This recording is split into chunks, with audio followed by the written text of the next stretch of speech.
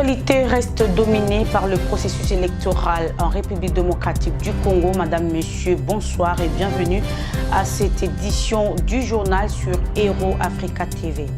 La CENI vient de réaménager le calendrier électoral du 5 novembre 2017 de la manière suivante.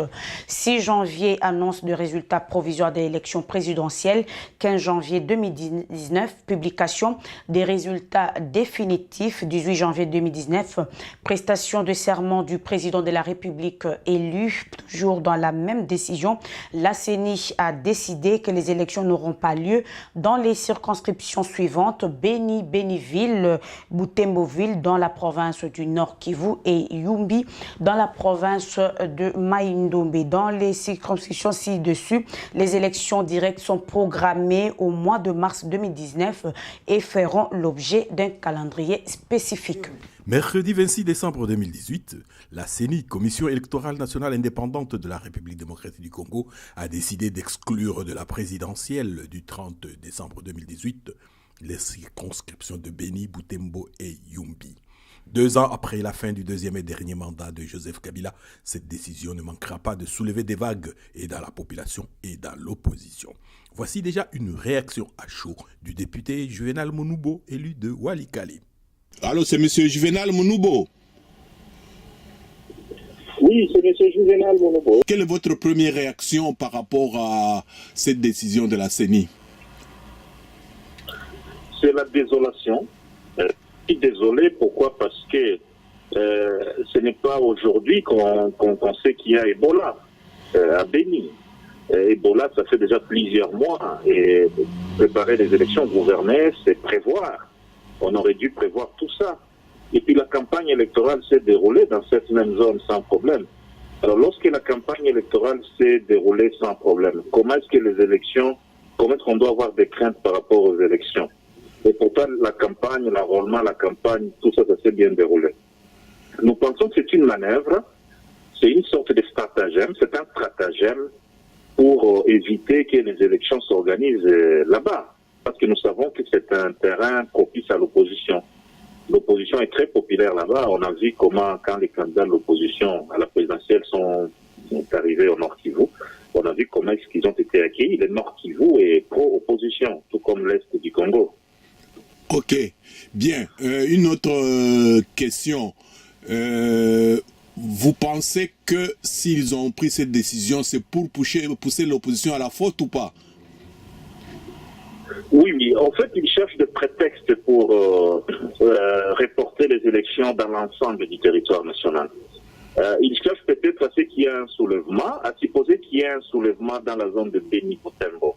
Un soulèvement populaire, par exemple, des gens qui sont contre cette mesure de la CENI, eh bien, ça sera un prétexte pour le pouvoir, pour dire, voilà, nous faisons face à des émeutes, et il faut maintenant qu'on reporte dans l'ensemble du territoire. Le pouvoir est coincé. Le régime est coincé et le régime balbutie et ne sait plus comment trouver des prétextes ou des raisons à évoquer pour reporter les élections dans l'ensemble. Raison pour laquelle l'opposition doit faire attention, les forces vives doivent faire attention de ne pas céder au fait à ce qui apparaît être comme une provocation, et plus. Donc il suffit que l'opposition dise, voilà, comme on refuse que le vote se passe à Béni Butembo, alors on boycotte les élections.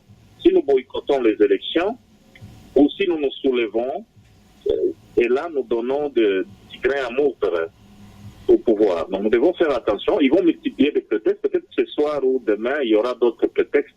Mais nous devons être à mesure de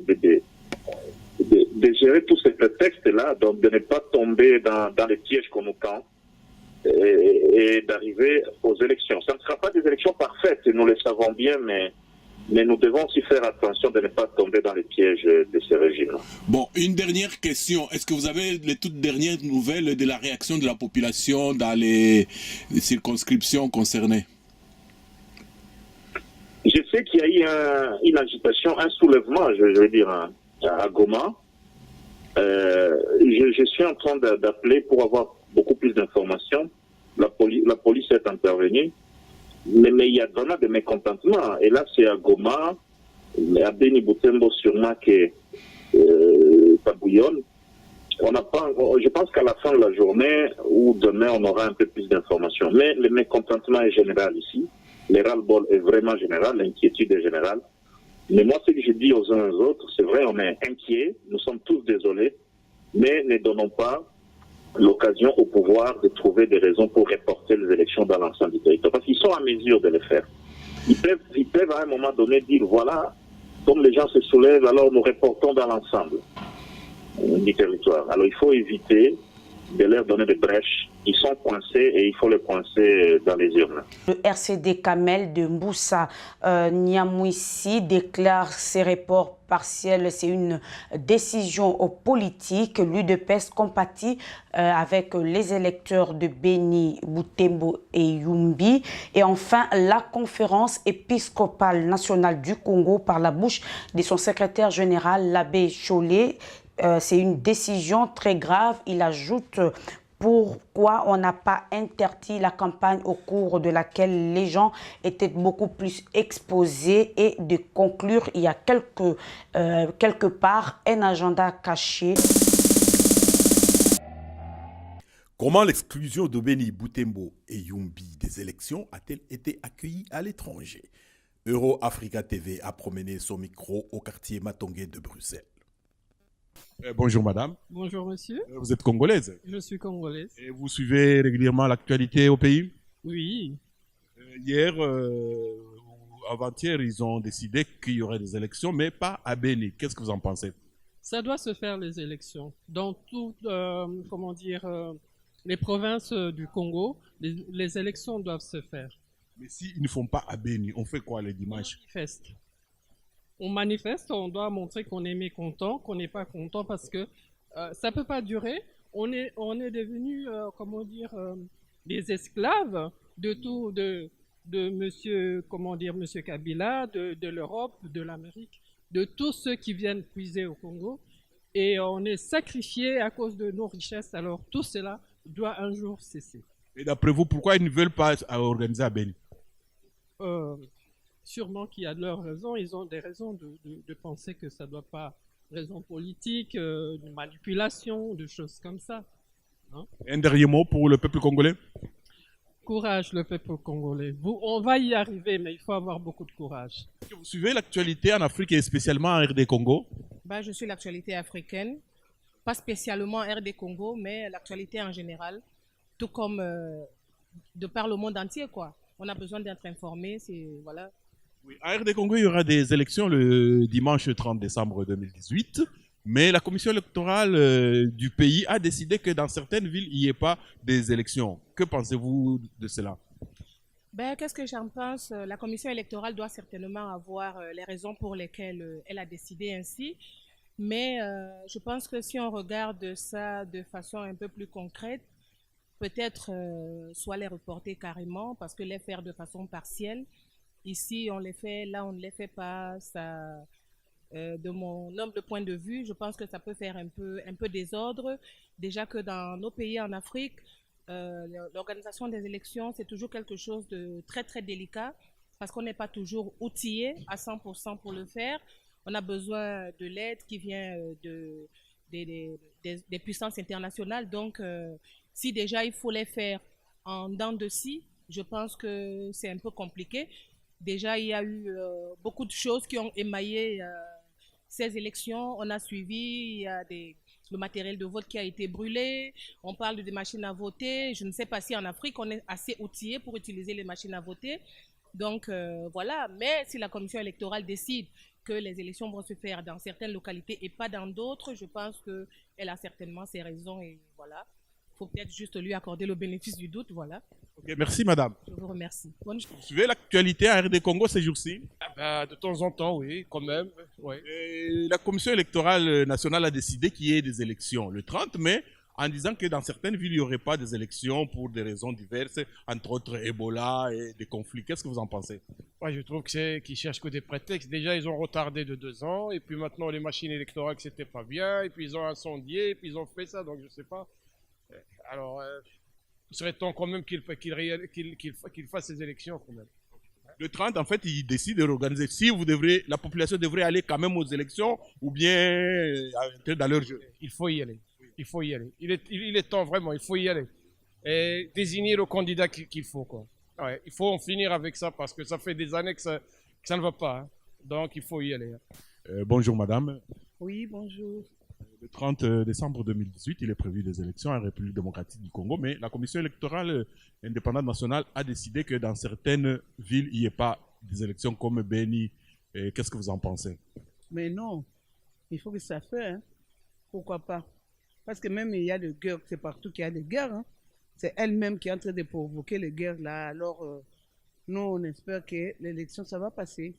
D'après vous, s'ils ont décidé de ne pas organiser les élections là-bas, ils ont des raisons valables? Non, on doit marcher. Hein. Le 30, il y a élection. Même s'ils n'organisent pas à Béni, on y va ou on n'y va pas aux élections? On y va. On y va. Vous dites? On y va aux élections. Pourquoi? Parce qu'on en a marre de la politique. Il faut changer, quoi. Parce que la souffrance, tout le monde souffre. Il y a des gens qui sont malades, il n'y a pas de médicaments, on en a marre, quoi. On veut que la politique puisse changer. On n'en peut plus. Si vous avez un message pour les électeurs ce jour-là, qu'est-ce que vous leur dites? Qu'ils choisissent la bonne personne pour qu'ils puissent faire quelque chose dans le pays, quoi. Parce que notre pays, c'est un pays riche, il a toutes les richesses, mais les autorités qui veulent toujours mettre dans leur poche, qui pensent qu'à leur poche, alors qu'ils puissent choisir la bonne personne, que cette personne puisse se soucier des autres, des familles, des autres personnes aussi. Voilà. Ok, merci. De rien, monsieur. Restons toujours en République démocratique du Congo pour vous dire qu'il s'est tenu ce mercredi à Brazzaville le sommet de la SADC et CIRGEL sur les processus électoraux en cours en République démocratique du Congo où plus de 6 chefs d'État de pays membres étaient présents. Le but de ces sommets est d'appeler les Congolais à l'apaisement et à la retenue pour les élections se tiennent dans des bonnes conditions. Les grands absents de ce sommet restent le chef de l'État congolais Joseph Kabila. Et puis enfin, pour clôturer cette édition du journal, madame, messieurs, l'association de juristes congolais de Belgique ont tenu une conférence de débat sur la garantie juridique institutionnelle pour une alternance pacifique en République démocratique du Congo. C'était au cours de leur sortie officielle. Suivez cet élément. Nous sommes une jeune association qui vient de commencer. Je me dis, nous ne pouvons que travailler en synergie. Nous devons, disons, conjuguer les efforts avec des organisations sœurs qui ont déjà fait de l'expérience dans les domaines de droit. Et d'ailleurs, c'est ce qui prouve même la présence remarquée ici du bâtonnier de l'ordre des avocats francophones à cette conférence. Il est l'un des intervenants, donc il s'agit de Maître Michel. Donc, normalement, on devrait avoir aussi un représentant de l'Amnesty International, mais l'actualité au Congo étant, il nous semble que c'est lui qui devrait être avec nous justement pour rehausser, apporter sa pierre à l'édifice. Elle n'est pas là, mais ce n'est qu'une partie remise. Donc voilà. Mais toutes les associations sont les bienvenues et Juris Congolais entend justement signer des partenariats avec les associations du domaine dans ce sens-là. Merci, monsieur Odon Kawuka. C'est moi qui vous remercie, madame. Voilà, c'est par cet élément que nous bouclons cette édition du journal, madame, messieurs. Merci de votre fidélité.